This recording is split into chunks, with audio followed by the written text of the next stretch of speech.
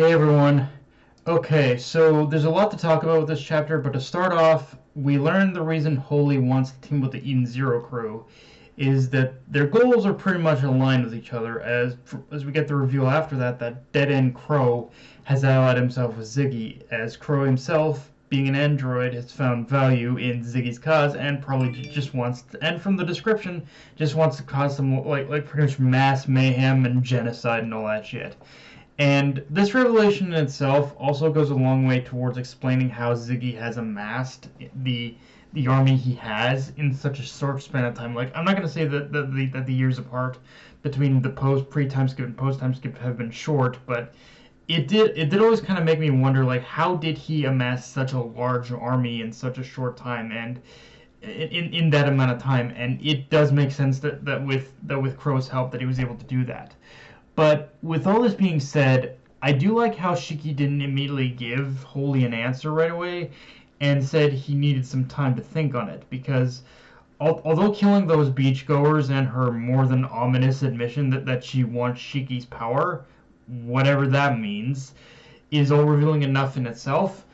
On top of that, though, something about her story and plan just feels a little too polished rehearsed. Like, don't get me wrong, we basically learned a lot in this chapter about how she's basically gonna backstab them at some point. But even knowing that, there's this little piece it feels like there's this little piece of information even wholly left out of this conversation. And obviously at the end of the day, like, we know Shiki is going to ultimately accept her proposal, but one thing worth noting is when I saw the raw scanlations for this chapter, the way they were placed almost made it seem like we were going to get a reveal that Holy has been working as a spy for Crow, and the actual reveal, and obviously the actual reveal was somewhat contrary to that, but it didn't exactly say she wasn't either. Again, the way Mashima has just framed that whole conversation, something just doesn't fit here. And honestly, one thing that worries me the most about this being a trap is how it could potentially be setting up either Hermit or Sister as truly being the next ones to die. And I'm. Let's just say that I'm a little. I've got more than my fair share of I've got my fair share of reservations and worries going forward after this point. And what makes me believe this even more honestly is that within that same conversation, we we basically have Heffron's Holy we have Holy reiterate a lot of what we know about the structure of the Irrational Interstellar. And one thing we learned within that part of the conversation is she was neither in favor nor opposed to Shiki being branded as one of the Galactica, meaning him being named as such seems to indicate in my mind that it better served her purpose goal that from Shiki became one. Like, it was necessary for from Shiki to become one of the Irrational States Galactica to even move forward with her plan. Like, I'm getting some real silent manipulation vibes from Holy at this point, and it's just unsettling that I can't get a full read on her even after what's been revealed about her and whatnot. Like, I don't know, something about Holy just seems very off.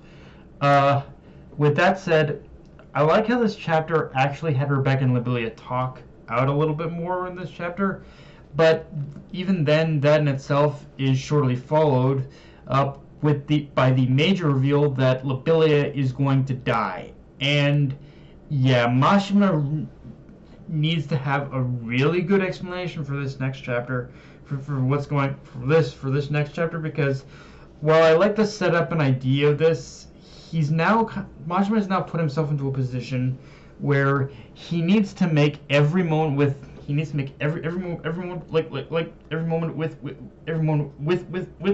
Rebecca and Lobelia count.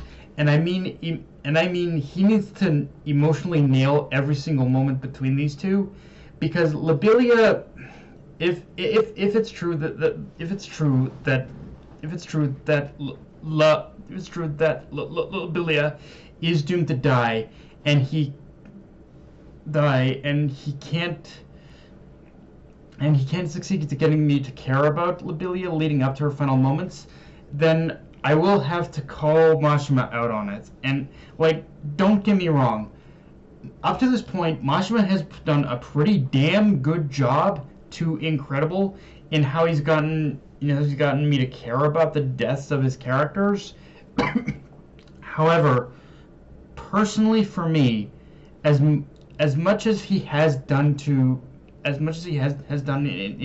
order to give moments of redemption for Lobelia, up to this point, Lobelia herself is still in a lot of ways the weakest aspect of the series.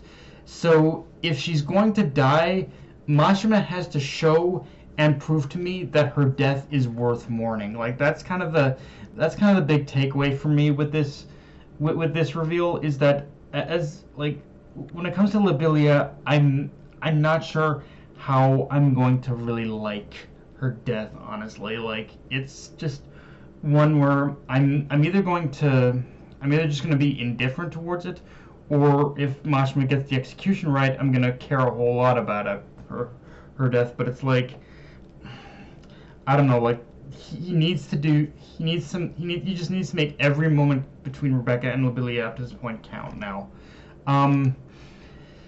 Haven't gotten that out of the way, though, let's talk about Crow's character design, because I'll be honest, every character Mashima has created has in some ways had some kind of crossover from his previous series, whether that be Grave Master or Fairy Tail, but Crow feels like the first one that feels wholly original, and I'm really loving the vibe he's already giving off from his profile introduction, because I normally don't get very intimidated by the big hulking muscle-bound type villains.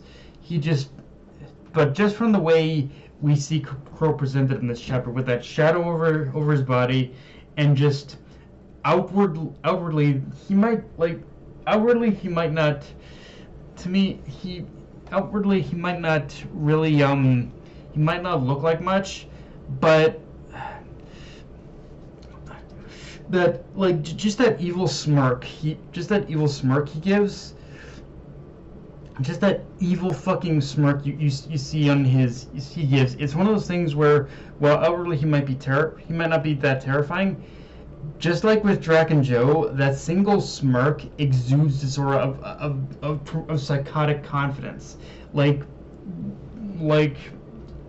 Crow is looking at us, the viewer, and saying, "You will come to fear me and everything I do, just as much as, if not more so, as Ziggy." And honestly, it was kind of obvious from the jump, but with Crow being unlendered as well, it does provide an out for Ziggy to escape, as Crow has kind of now become the main antagonist of this arc. Also meaning we can dive more into just what the Bloody Atmos Day was, because I remember it being mentioned around the earlier parts of the series as well, even before Crow was revealed, but now we'll finally be exploring the details of it. And knowing Mashima, he's not gonna hold back on the gruesomer bloodiness of it. But yeah, guys, that's all I got for this review. If you enjoyed the video, like, comment, subscribe. Follow me on Twitter, Analyst Crunchyroll. Be sure to hit the notification bell, hit the subscribe button, and just share the video around, guys. Dark Knight of Enemy, signing off. Later, everyone.